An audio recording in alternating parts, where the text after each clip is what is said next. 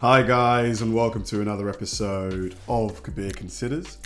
In this video, I'm going to react to 10 movies that were so bad they were pulled from the theatre. Now for a movie to get pulled from a theatre, because you got to think, the whole purpose of movies is just to make money. It's a money-making endeavour. So you need it to stay in the theatre for as long as possible so that people buy tickets, so you can generate revenue. So for a movie to get pulled from a theatre, it has got to stink. It has got to just be awful. Nobody's buying tickets and they want to use that slot for another movie. Just a disaster. For any producer, anyone involved in that movie, it is a disaster.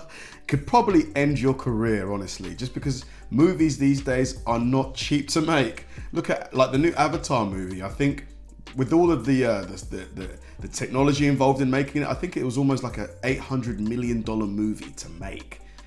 Insane amount of money. So this video, I'm sure it's gonna, I'm gonna be curious. I might end up watching one of the movies on this list just to see if it was as bad as described in this video. So yeah, this should be a lot of fun. Let's do it. These movies were pretty much dead on arrival. Welcome to WatchMojo.com, and today we're counting down our picks for the top 10 movies so bad they were pulled from theaters. Before we begin, we publish new videos every day, so be sure to subscribe for more great content.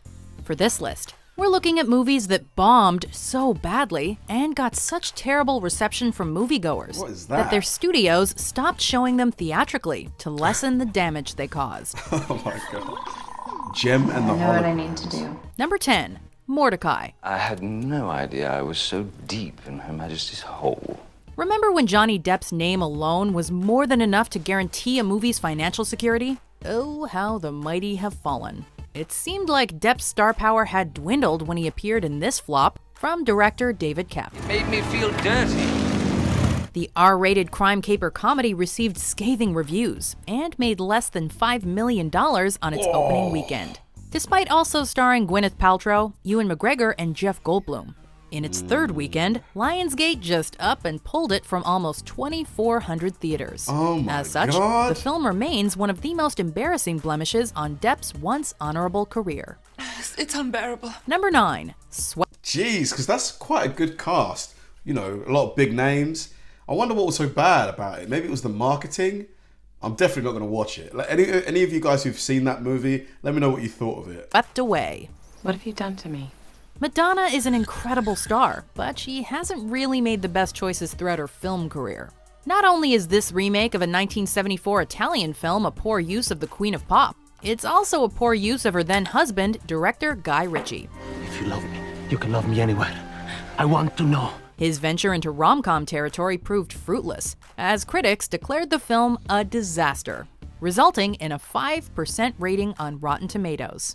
Initially released to only 196 screens for 2 weeks, and leaving cinemas in only 59, the film barely made less than $600,000 domestically during its run. Where is God when you need him?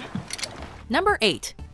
I know they're picking like some of the cringiest scenes for this video, but the scenes that we're seeing are just, they look so bad, honestly. Like Madonna's face throughout this, the little, the scenes that they showed us, she's like pulling this weird face at us. Seeking Justice. Nobody said anything in the agreement about killing anybody. So get the hell out of my life. Nicolas Cage seems to take any role that comes his way these days. With a couple of exceptions, most of them have been unremarkable, but none more so than this 2011 action thriller. It received the critical reception you'd expect from a run-of-the-mill Cage-fronted action movie, meaning a 27% rating on Rotten Tomatoes. I really don't know what you're talking about. But as bad as its critical failure was, its commercial failure was even worse. Over the course of 3 weeks, it dropped from just over 200 theaters to 8 theaters, making less than $500,000 in the US. Unfortunately, Cage didn't learn from this experience, as he found himself facing a similar situation the next year with the film Stolen. Number 7. But the problem with that, because I'm sure that movie Stolen, they started production probably way before the release of the movie that stunk. So they didn't know, that, Cage probably wasn't the best choice for that kind of movie. Mate, if that movie only made $500,000, with that cast, it probably cost them $15-20 million to make. It's a big loss. Max Steel. You're not Jim McGrath's son, are you? No big stars. Based off a series of toys. A 0% rating on Rotten Tomatoes. It's like this movie was tailor-made for this list, with a film based on the Mattel toys and animated series of the same name. Open Road Films was probably expecting a franchise starter with this high-tech superhero film. They had their hopes dashed when the film was met with a critical beatdown, making only $2.2 million on its first weekend, far below even the lowest expectations. Why am I telling you this? Because I'm here for you, Max. After being in release for 3 weeks, the movie was pulled from theaters, solidifying its position as one of the biggest bombs of 2016. Oh, I can't believe I'm doing this. Number 6. It's annoying though that films have to have like big actors for them to succeed these days. I don't think it has to be that way. Like if the story is really good, that's enough for me usually. Like I recently watched The Sixth Sense, and yeah, it had Bruce Willis, in his prime. But if that was another actor, the story alone in that movie was excellent. Probably one of the best movies I've seen in the last couple of years, honestly.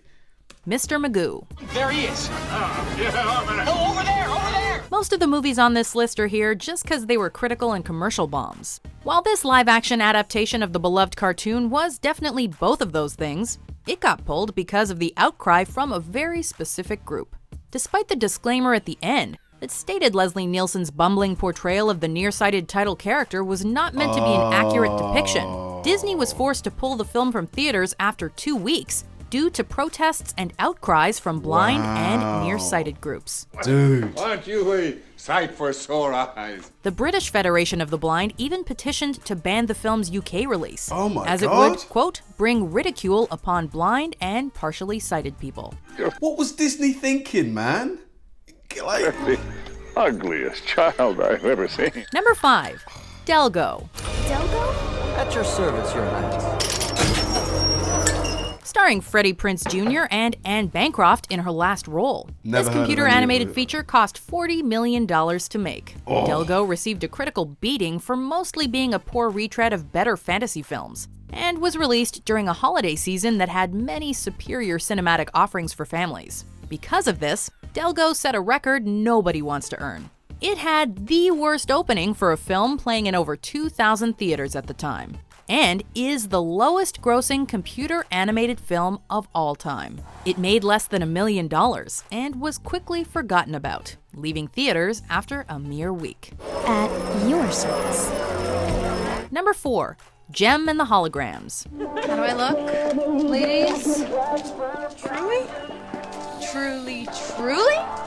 This film was based on the animated series about Jem and her band, the Holograms, but failed to capture the spirit of its source material. Because of this and poor reviews, the musical adventure earned the distinction of having the worst wide box office opening of 2015, and the 4th worst ever for a film playing in over 2,000 theaters. You're internet famous. That's like the second best thing to being actually famous. Then, in an unprecedented move, Universal pulled the film from its still wide release 2 weeks after it opened. Yikes. Something that had never been done for a film released on this level. It ended with $2.3 million and the broken hearts of many children of the 80s. Do you think this is it? Number 3. I kind of feel bad for like the act. Actually, should I feel bad for the actors? Because at the end of the day, they weren't forced to take this job, and they got paid for it. But like, if you're in one of these movies, unless you are already a huge star like Johnny Depp was, still is, like this could be it for your career. It could be curtains. I mean, yeah, like I think, who do you blame? The producers, the writers, maybe? Garbage Pail Kids movie. We need a plan. We need a miracle! It's the film that the New York Times called, quote, too repulsive for children or adults of any age. Nobody was going to see this movie when it was released, resulting in an opening weekend where it made only $661,000. This is weird, man. What's the matter? My tummy hurts. What did you eat? Everything.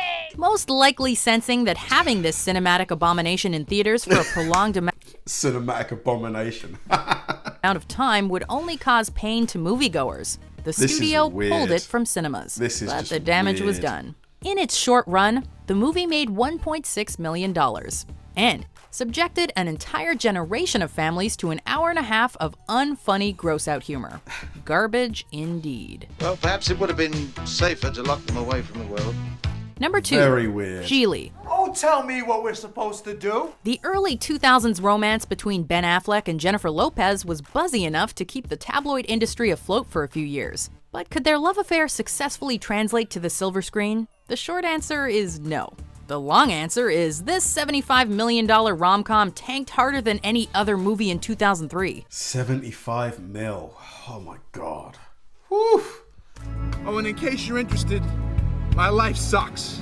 In its second weekend, Gigli dropped by nearly 82%. And by the third, only 73 theaters in the US were showing it. Unprecedented flop for such a big budget film. In addition to being withdrawn from US cinemas, it was dropped by nearly every theater in the UK after its critical destruction. Why did it cost that much? I mean, yeah, J-Lo and Ben Affleck are, big stars, but I mean, 75 mil? It doesn't look like it's got any CGI in it. Like, why did it cost this much? Unless maybe a lot of that budget was for marketing. I don't find this funny. Before we unveil our number 1 pick, here are some honorable, or in this case, dishonorable mentions. Are you a brother or a sister? Well, I'm an only child. Okay. Welcome back, Leonard. May I have my wife back, please?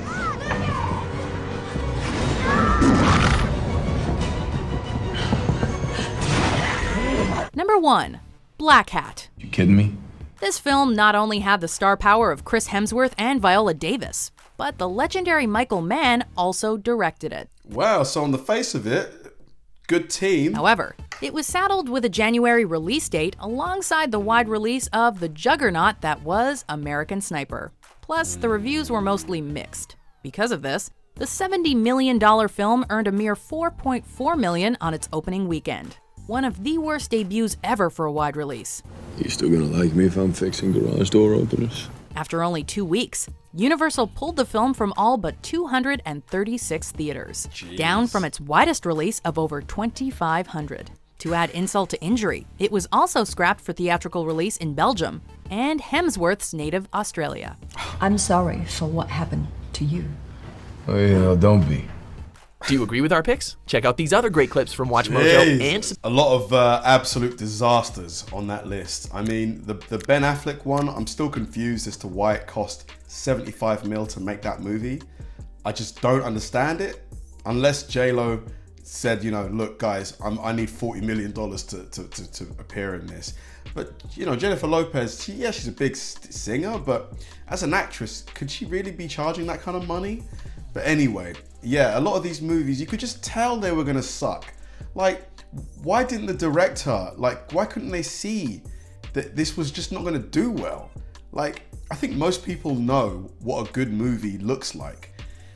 It's just crazy. Like, unless maybe the directors didn't have final say, maybe the producers and the execs, maybe they insisted on certain things happening in these movies that tank the quality of the movie. Yeah, just money down the toilet, crazy stuff. Really, really fun video though. Thanks for watching guys, and I'll see you in the next one.